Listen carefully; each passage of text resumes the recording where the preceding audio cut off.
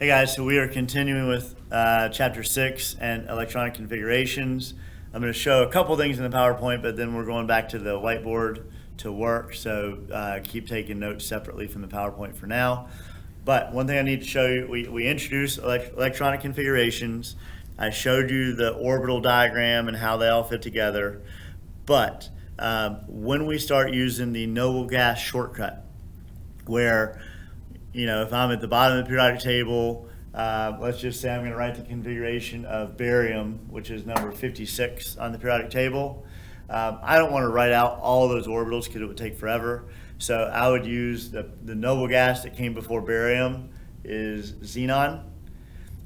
So I'm going to use xenon as my shortcut. But then I kind of need to know where, if I'm going to start in the middle of the configuration or near the end of the configuration, how do I know what orbital do I start with?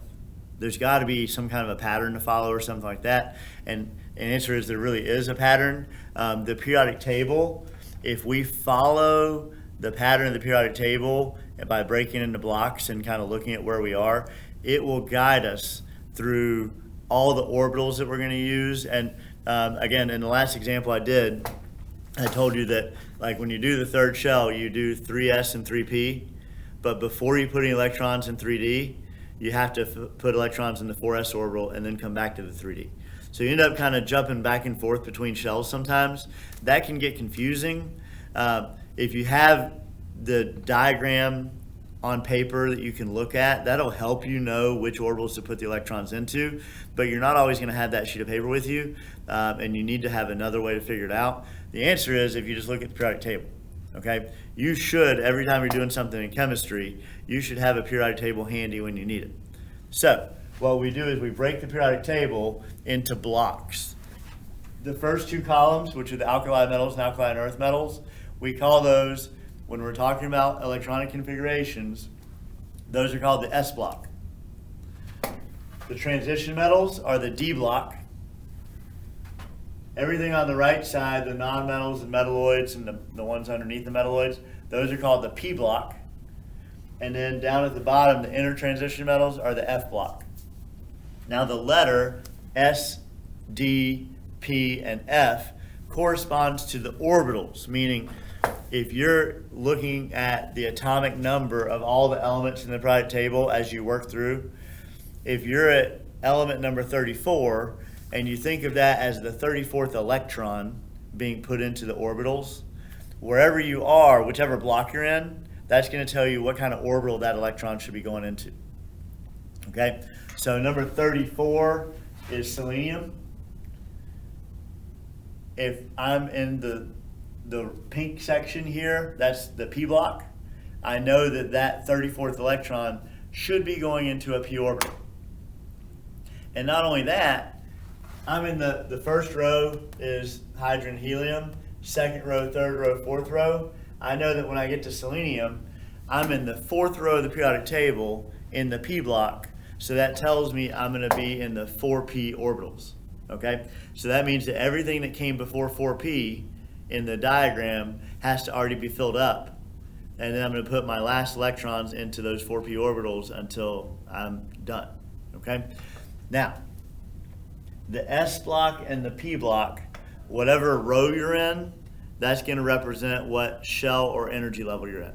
So the S block and the P block are going to match up with the energy level.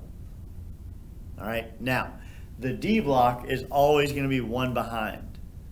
If you look back at the example we did in the last video, I put in, after I did the 3s orbitals, I did the 3p orbitals, and when I got to argon, that was number 18. Before I went to the 3Ds, I had to go to the 4s. Now, if I follow the periodic table, from argon's number 18, if I just look for where's number 19 on the periodic table, well, 18's in the end of the third row of the P block. Number 19 is the beginning of the S block on the fourth row. So the periodic table is set up to take me from 3p to 4s. 4s1, 4s2. Those are the two electrons that go into the 4s orbital. Then when I finish the 4s's, that's when I go into the D block, and number 21 it was the first electron that we put in the D block.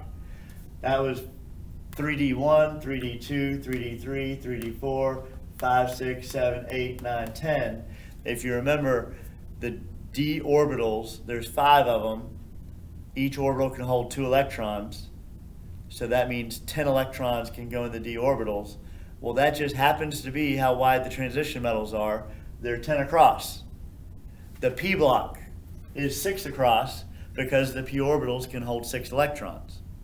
The S block is only 2 across because an S orbital can only hold 2 electrons. You'd never guess how wide the F block is. Remember, F orbitals are always 7 orbitals together, so that means they can hold 14 electrons. So the F block is 14 electrons wide. Now, one thing to pay attention to, remember we said originally the F block actually belongs in between the S and the D block right here on the 6th and 7th row. Okay, so if we follow the periodic table, just count the numbers as we go. The atomic number represents the number of electrons in this case. So as we're filling it in, if we just follow what block we're in and what row we're in, that's going to guide us towards what orbitals we put in. A key note, the S and P match the row that you're on. The D block is always going to be one behind. So if I'm in the 4th row, it's 3D. If I'm in the 5th row, it's 4D. If I'm in the 6th row, it's 5D. Okay, D orbitals are always one energy level beneath the row you're in. The F block is going to be 2 rows behind. Okay, so the first time I get in the F block, I'll do 6S. Then right there, I'll go to 4F. And I'll do 4F1, 2, 3, all the way up to 14. That'd be 4F14. Then after that, it brings me right back into the D block. So that'd be in the 6th row, that'd be 5D right there. Okay? So D's are always 1 behind, F's are always 2 behind. Other than that, you just follow the patterns you go through. Okay? So let's do an example. I'm going to try to follow the periodic table the best I can, but let's just say I want to do barium. So if I say write the electronic configuration of barium, you have to think about, okay, well, do you want to write, again, if I just say write the configuration, I don't say, if I say write the full configuration out, you got to write it all. If I don't specify, then you probably would want to use the shortcut instead of writing the whole thing out. So I look at barium on the periodic table, which is number 56. So it's going to be right there. And I say, well, what's the previous noble gas? Well, before 56 was xenon is 54. So I would write xenon in brackets. Again, you can only do the shortcut with the noble gas that came before the element that you're studying. And then I say, okay, xenon took me to 54. That was right here, 54. So if I just say, where's number 55? It brings me all the way over here. 55 and 56 are those 2 electrons. They're in the 6th row of the S block. So that just means I have to write 6S2. That's the configuration of xenon. Of barium. Is I use xenon as a reference, and then I tell everything that comes after that. Now, what if I had to do lead, PB? What would I do for that one? So lead is number 82. Okay, well, even for number 82, my previous noble gas was still xenon. So I'm still going to use xenon, but now I'm going to have a lot more stuff to list. So I do xenon, gets me to here. Then I drop down. 55 and 56 are going to be 6s2. And then after 56, if you look in the book or on a periodic table, number 57 is going to bring you down in the F block. And again, the F orbitals are always 2 shells below the S that you're on. So if I'm at 6s, that means this is going to be 4f. And if you remember, the first energy level that we introduced that had F orbitals was the 4th shell. Like the first shell had S, the second shell had S and P, the third shell had SP and D, the fourth shell had SP, D, and F. So the first time I go to the F block, it should be the 4F orbitals. Okay, so I go to 4F, that's going to be 57 through 70. That's going to be 4F 14. At 70, that ends here. 71 is going to come back in the Ds, but now Ds are always one shell behind, so if I'm in the 6th row, that's going to be 5D. 5D1 is going to be 71 through 80, so that's going to be 5D10. That gets me up to 80, which is right here, and then lead is number 82, which is right here. So I got to do 2 electrons in this block. Again, the S and the P's match the row, so I'm in the 6th row. This is going to be 6P, 6P1, 6P2. So lead is right here. That's going to finish with 6P2. So that is my configuration using the noble gas shortcut. That's the configuration for lead. Okay? Now, we have a couple more things we have to deal with.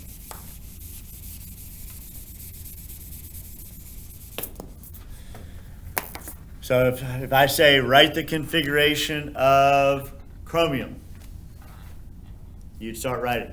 Okay, go ahead and do it. Write out what chromium is, and then I'll talk about it. So chromium is element number, I think it's 24. Yes, it's element number 24. So if you write out the configuration, you'd say argon. That gets you to number 18, which finishes 3p6. So then number 19 is you're starting the 4th row of the S block. So 4s2 would be number 19 and 20. And then 3d4, that'll get you number 21, 22, 23, and 24. Okay, so that's the configuration that I think chromium should be. But guess what? It's wrong. All right, chromium is an exception. There are a bunch of exceptions on the periodic table, but I'm only going to make you learn 2 sets of them. Okay, chromium, basically the idea of it, if I draw out the orbitals, so I'm not going to show the core, the argon, the first 18, they're going to be normal. But when I get to the 4th shell, I got 4s, and then a little bit higher than 4s, I've got 3d. So this is my orbital diagram. If I draw it the way we thought, it's going to be 2 electrons in the 4s, and then 1 in each of the 3ds, except I have 4 of the orbitals have 1 electron, and then the last one's empty. Well, in nature, these atoms like to have symmetry when they can, and basically if an element can get a set of orbitals, specifically D's or F's, if they can get a set of orbitals that are either all half filled or all completely filled, then it makes the atom more stable. So chromium doesn't like having this set of d orbitals be almost half filled. Like it wants all of them to have 1 electron, not have that one that's different. So what it'll do, in order to save energy and make it more stable, it's going to take an electron from the 4s orbital, which is lower energy, but if it takes one of those electrons and bumps it up here into the 3d, then what happens is all of these electrons in the 3ds, they all become more stable and their energy all drop. So by promoting that one electron up a little bit, it makes all those electrons come down, and that ends up being a cumulative improvement of the configuration. Okay, now this isn't something that we just decided, hey, let's do this because it sounds cool. We're trying to explain how nature tends to organize their electrons in these atoms, okay? So we're not choosing it, we're observing it. So for chromium, when it promotes that electron up, it changes my configuration. So now it's not 4s2 3d4 anymore. If I look at it, it's 4s1 3d5. So that's the configuration that chromium should be. Argon 4s1 3d5. All right, now that's the correct configuration for chromium. Now the question is, how do we know that that's going to happen? Well, we look for patterns. Okay, if we think about it, which elements are going to behave in a similar way to chromium? Well, we've said all along that elements in a group tend to have similar properties. So if you look on the periodic table, under chromium, the next element down is molybdenum. So I've got chromium, I've got molybdenum, I've got tungsten.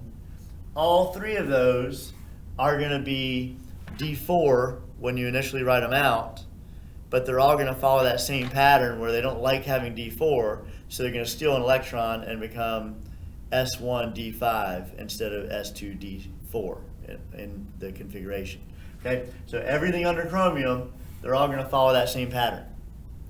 Anytime you write a configuration and it finishes with D4, you have to think, oh wait, that's one of the exceptions. D4 is supposed to be D5. Okay? Then the second exception I want you to know is going to be very similar to that. If I get over here, this element right here is number 29, is copper. If you write out its configuration, you'd have argon 4s2 3d9. And when you look at D9, you'd say, oh, that set of d orbitals is almost full.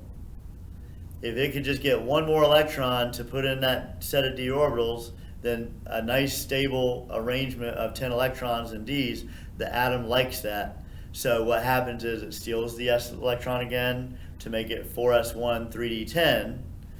So for copper, that's the proper configuration. And if you look underneath copper, you have silver and gold, I think is what they are. They follow the same pattern. Okay? So I don't expect you to know two sets of exceptions. Anytime it's D4, you need to know that it's going to steal one and become D5. Anytime you get D9, it's going to steal one and become D10. Okay? Now, there are many more exceptions. I think platinum is like supposed to be D8. It actually steals 2 electrons to become D10. Okay? If you get down into the F block, there's all kinds of weird things that go on in the F block where the electrons between the d orbitals and the f orbitals will get all split up in weird ways.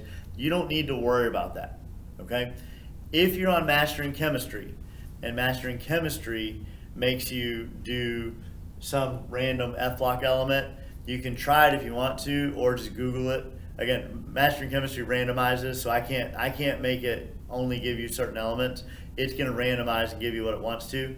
If it gives you one down here or one that's giving you trouble, just look it up online. Try to understand why it is the way it is, but in the end, just type the answer in and get that point. Okay? I'll stick with the normal configurations, except I do expect you to know D4 and D9. They're going to shift to become D5 and D10. Okay? That's a good place to cut off.